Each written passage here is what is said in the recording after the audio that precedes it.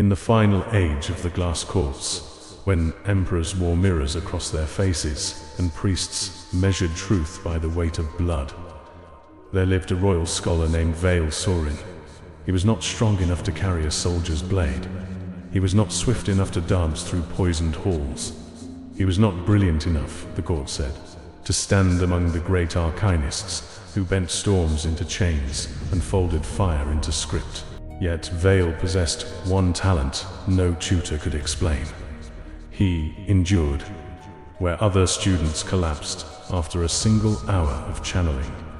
Vael remained seated until dawn, pale and shaking, but still whispering the final syllable.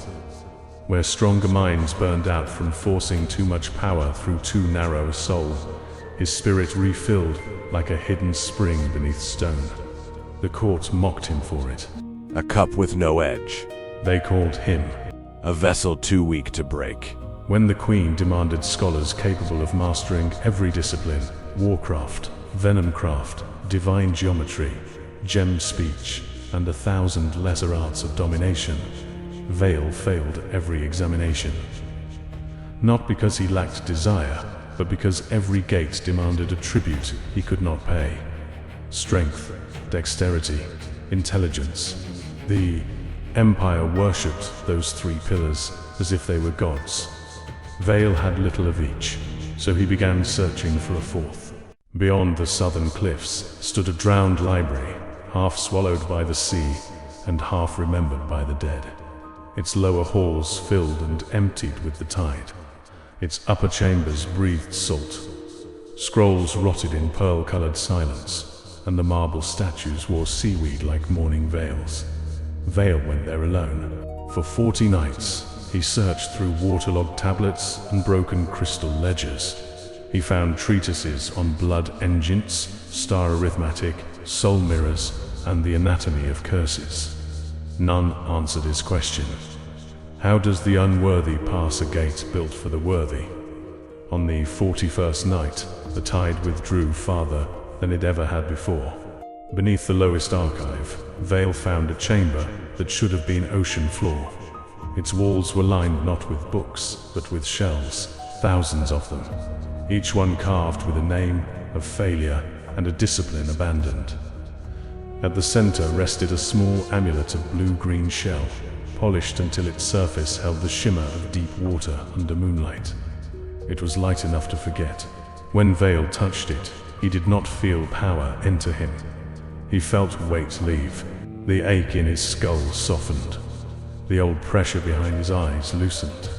The impossible syllables of gem speech no longer struck his mind like iron doors. They bent. They opened slightly. Not fully, not freely, but enough. A voice moved through the chamber, though no mouth spoke. Power is not always gained by becoming greater. Sometimes the world becomes lighter. Vael closed his hand around the amulet. For the first time in his life, a gate recognized him. When Vael returned to the glass court, the Queen laughed at the relic hanging from his throat. It was not gold, not ruby, not bone taken from a saint or monster, only shell. But when the trials began, the laughter thinned. Vael lifted a blade designed for warriors twice his strength. He did not wield it perfectly, but he lifted it.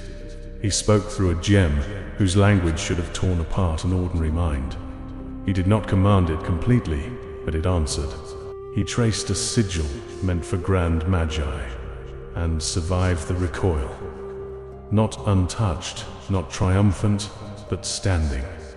The amulet did not make him strong. It made strength ask less of him. It did not make him graceful. It made difficult motion forgive his clumsiness. It did not make him wise. It gave his exhausted mind enough returning current to continue after failure should have emptied him. Every spell he cast drained him, but the shell at his throat refilled the hollow. Mana returned in cool waves. Thought returned with it.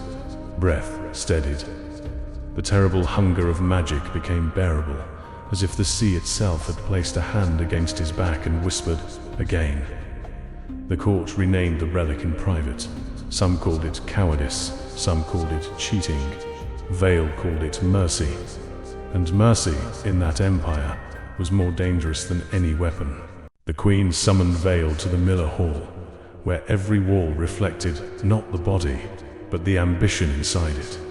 Around him stood generals, jewel priests, executioners, and masters of every sanctioned art. Each wore relics meant to magnify what they already possessed. Their crowns sharpened command. Their rings deepened cruelty. Their blades rewarded perfect hands. Vael alone wore a relic made for the insufficient. The queen descended from her throne of black glass. "You have not become worthy," she said. No.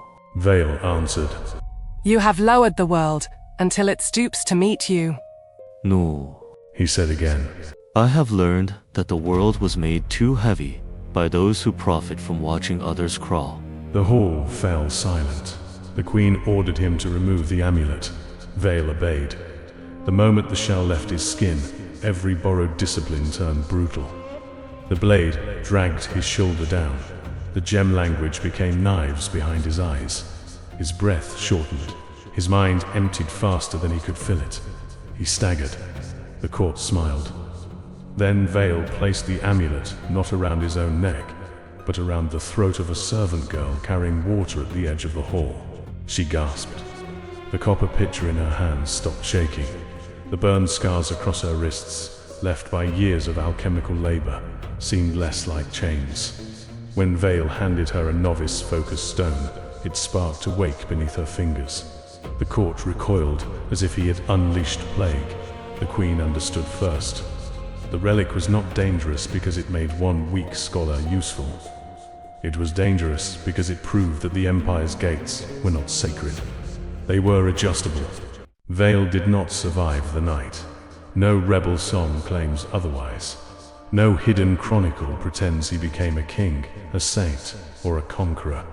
The queen's executioners took him beneath the palace before dawn, and by sunrise his name had been removed from every public tablet.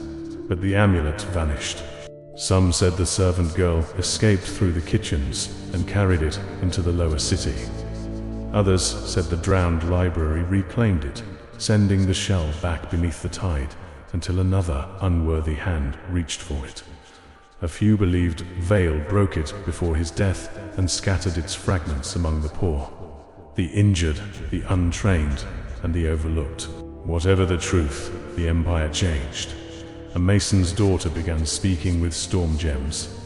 A failed soldier carried a relic spear meant for noble blood. An old scribe with trembling hands learned to channel enough power to heal children in the ash districts. None became perfect. That was the terror of it. They became possible. In time, the glass core outlawed shell, amulets, tide charms, blue-green nacre, and every doctrine of softened thresholds. The queen declared that weakness was a crime against destiny. Yet the forbidden relic endured in rumor under a new name, the mercy of lesser demands. Not a crown for the mighty. Not a jewel for the chosen. A quiet shell for those who had been told the door was too heavy, the spell too costly, the weapon too demanding, the world too fixed. Those who wore it learned the same secret Vael had died protecting. Sometimes power does not arrive as thunder. Sometimes it arrives as relief. And relief, given to the right hands, can tear down an empire.